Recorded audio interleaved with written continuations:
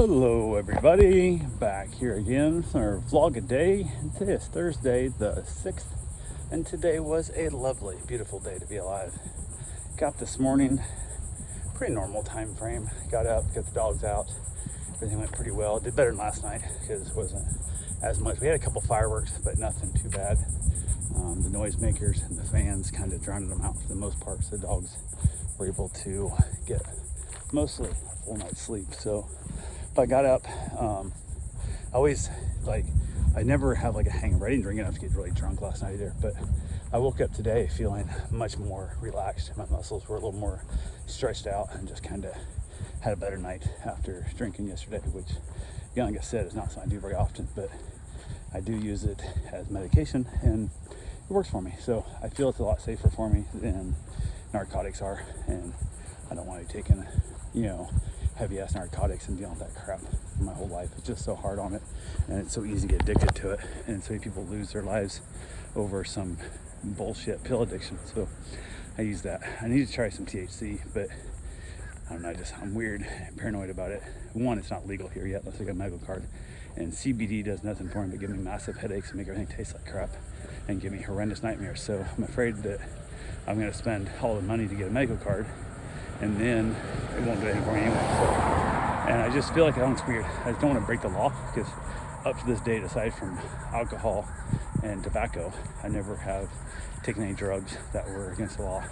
I did those underage, but that doesn't, I don't know, it seems as bad to me as the weed does. It's just a weird little subconscious thing in my own head that I guess I never took a legal drug, and it makes me feel better about myself. I don't know why. I should really get over that and just try THC. I've got a 10 milligram that I can take to see how it works on me, but I keep thinking, well, if it goes really poorly, it's gonna be bad. And I always have dogs and stuff. I always have things I'm responsible for, so don't really know when would be the best time to try it if it does go really poorly for me, because then I'm basically not able to take care of my business the way I need to, and that freaks me out as well. So, but alcohol for right now works for me, and that's what I did. So I got up, got the dogs out, got them all fed, got everything all taken care of. They're all just chilling out. They're getting along splendidly well. I'm super happy with the dogs I have this trip, and they're both here for I think one's here for 2 weeks, one's here for 10 days. They're here for a long time, which is nice because they get along well. And then I've got other dogs coming through, but these dogs so far have been just so well together. That's made it a lot easier in my job, which is one of those things I can't always say is the case. I get some dogs that are a real pain in the ass, but it kind of is what it is. So yeah, my wife got off to work without issue.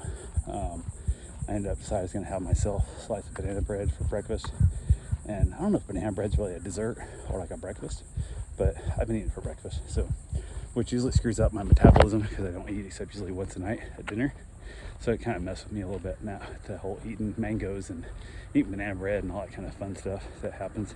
I haven't had an apple as well, which is not one of those things I usually do, but it is what it is. I'm trying to eat healthier, trying to make a little better choices, although I don't think banana bread is really a healthy choice, but it is what it is. So went ahead, got a couple things done in the yard, kind of messed with it. Went ahead and ordered my brakes, so they're on their way. Still waiting for my wife to give me an answer on the lift and the air conditioning to her work. And if we don't hear something today, I'm just gonna skip it and just say I'll order it myself and not worry about it. So that's my plan, and just move on and get the stuff coming. So like I said, it's 4 to 6 weeks out, and I don't want to keep waiting and delaying it that much longer, because what's going to happen when we get in my head, I'm going to decide to sell the damn Suburban and not do the work. So yeah, I got to hurry up and get stuff ordered, so I won't have, there's no going back at that point. So, but went ahead and got a couple other things done. I got to go to the chiropractor today. Went over there and saw them, and basically I have to see the chiropractor before I can see the laser treatment person, which is a really different side of the thing, but I think it's just their way of making money off me before I actually see the laser person. And got in there, fill out paperwork, which they for some reason don't have online, and somehow don't have when you can't pick up a copy. You have to fill it out in the office, which is really dumb because my handwriting's pretty sloppy. There's a lot of things that I don't know how to spell because my spelling is horrendous, so I end up leaving stuff off or writing really vague things because I don't know how to spell it, like neuropathy. Like when I say I had a neuropathy, move surgery in my foot, don't know how to spell, so I just say I had surgery on my foot, and they have to ask me about it later. Or like 99% of the time, there's no way in hell they're reading it, because clearly I just filled it out, handed it to the lady, and the guy calls me back, and I go see him, and he didn't take the paper with him. She clearly didn't scan it in and send it to him over email real quick, because they don't do anything online, so it has to be done in paper. But I'm like, this is such a waste of time here, because clearly you guys are not going back and reading this shit, or you would have read it before my first appointment, which would have been really helpful if I had given it to you a couple days ago. But it's just waste of time, waste of paper, waste of ink. Just, that's the way it's always been done. That's the way we're gonna keep doing it, and that stuff really annoys the shit out of me. I hate any type of waste of energy or anything, just for the sake of that's the way it's always been, and it just is what it is. But I got back there, talked to the guy, kind of told him my big concern is my foot. We talked about a few different things, talking about different things in my life. I've been to many chiropractors. I've done it for years, and including going multiple times a week for like 6-9 months, thinking it would be better. And then I didn't go because I was out of town for a couple weeks, and felt 98% as crappy as I did 9 months before when I started seeing him. So I thought, why am I wasting all this money? And spent the money on a hot tub instead. So, and that actually gave me way more relief, which now I don't have a hot tub, so now I'm back to spending money on chiropractors. But he did a insanely thorough job, but it didn't work on my foot much. It was one of those things where I'm here 99% for my foot. I understand everything your body has effects and stuff, but it's not what I'm needing my foot looked at, my foot worked on. And it was, hey, this is how I do it, and this is what we do. And I'm like, I don't need all that crap. But the one thing I did like is they did not try and push the fact of like, oh, you got to come 3 times a week for 7 weeks and we'll fix it kind of thing. It was kind of, hey, come in when you want to. And I think this often, like, I can't remember if he said once a week, once a month. I think he said once a month, but it's like maintenance type deal. And I'm like, that seems like very little for as much wrong with my body. Doesn't seem like enough, but it is what it is. So I went ahead and talked about the laser, and he told me basically how they basically require Monday, Wednesday, Friday for laser treatment. They won't do just one treatment that week. You have to schedule all 3, and then they want you to take a week off, and then you come back for a second week and do all 3 as well. So, and maybe that's what the laser needs, maybe that's what technology needs, but you figure a few $100 to try it. I'm willing to spend a few $100 to try this, to see if it works before I have surgery, because I gotta do something with this foot. It's killing me. But he goes, also, he starts telling me all this exercise he wants me to do and stuff. I'll write them all down for you. And then he hands me a sheet that already has it all printed out that he hands to everybody. And I'm like, okay, so this is not personalized directly to me and my injuries and my issues. This is what you have printed out ready for everyone you hand. And I was like, okay, well, it kind of makes me feel, again, like this is just a cookie cutter. This is how we do things. So everything I filled out and everything I told you, you didn't really listen to, you didn't really care about, because whether I came in and saying my lower back hurt, whether I came in saying my shoulder hurt, or I came in saying my foot's on fire and going numb, you hand everybody the same damn sheet. So I was like, whatever. But I took the sheet. It's got a couple exercises I'm going to try that I've never really seen anybody recommend before. And it's much more, this is a very like health and wellness type, guru-y type yoga place that I'm not really in that yoga-y type belief of, I don't know, it's just not really my thing. I'm more of a, hey, this is out of whack, let's put it back in place kind of guy. I'm not really the holistic medicine kind of guy. Like, this once had aspirin in it, and the water's been diluted 75 times, and so it still has the properties of aspirin. And I'm like, just give me the damn aspirin. I'm that dude. So, but what he says makes sense. I'm gonna give it a try. Go from there. One of the things he recommended was getting with a wobble board, which basically is just like a ball with a plate on top of it that you balance on a few times a day. And he said, you're better off doing, 5 2-minute sessions over a single 10-minute session. So basically I'm gonna stick out there in the yard in the patio, and every time I get up, check my 3D printer or whatever, I'll get on the ball for a couple, like, even if it's just for a single minute, balance out there and get it where it's balanced. Once I'm staying upright for a minute or 2, then go check my printer and, continue on that way. So we'll see. I don't know if it'll help or not. Who the hell knows? It's can't hurt. They're less than $20, so no big deal there. But I think I'm also going to go ahead, and once I got home, I decided when I ordered it, I also ordered myself what's called a slack line, which is basically a big heavy duty strap I'm going to put between a couple posts and try and work on my balance. And I'm not sure I can even do it with my foot, because as bad as my foot hurts the way you stand on them. But I'm gonna give it a try and see if that won't help heal my foot a little bit. So we'll go from there. I'm hoping once we get the pool set up, maybe floating around the pool will help kind of decompress my spine and stuff a little bit and that, and go from there. And who knows? I know I probably wouldn't just stop running, because at this point in my life, it's probably doing more damage to me than what it is. But mentally, it still helps me a bunch.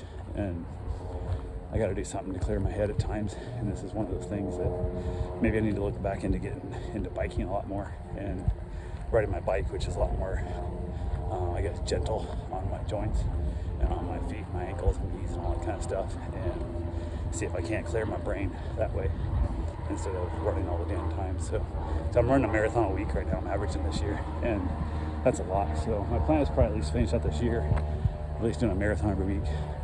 And then who knows? Part of me is thinking about, I really wanted to do a 100-miler. Signed up for one a few years back and got canceled because of weather and whatnot, so I didn't get to do that. And I kind of feel like that was the one next big thing that I had on my list. I'd done dozens and dozens of marathons. I did 12 marathons in 1 year. 11 out of those 12 were solo marathons by myself, and it's a whole different animal when you're running by yourself than it is running in a group on a sanctioned race, running in the snow and ice and the heat. One of them was like negative 16 degrees, one of them was 101. So I'm running every temperature there is out there around this area. You know, growing up, like anywhere you normally run, like I don't run the Arctic, you know, I run across like Badlands, but I ran pretty damn close to that. You can get in like Florida and Iowa for temperatures and stuff. So I've done all that. I did a 50-miler trail race, so I've done that. And the only thing I signed up for, I never completed, was the 100-miler, but that was because the race itself was canceled, not because I failed. And I've never not finished a race I've started, and I kind of feel like I want to know what that's like to have to decide to take another step or quit. And I've never had to make that decision yet. I've never been that bad and that beat up that I couldn't do it, and kind of wonder what that feeling is. And that's kind of the reason why I signed up for my 100-miler, was to see what it was like to fail. And I told my crew that was at that race that in order for me to drop out, you have to force me to call an ambulance, because I had no insurance at the time. I was going to pay for the ambulance by myself, a few $1,000, and I didn't want to have to. That was my, I guess, barrier to exit. I didn't want to feel like I quit and thought I could have went on. I wanted to know that it was going to cost me thousands of dollars to quit this race, and that way I would mentally know that I'm trying to put myself out there till the very last ounce of energy. And yeah, it didn't happen because, like I said, the race was cut off. So I feel like I failed at that one, even though it wasn't my fault I failed. Still kind of leads into that. And then since that recent motorcycle wreck where the girl hit me, I don't even know if I can run a marathon now straight through. I don't know if I could. I don't know if I can even train to get there. So let alone the thought of running 100 milers is virtually impossible now in my brain.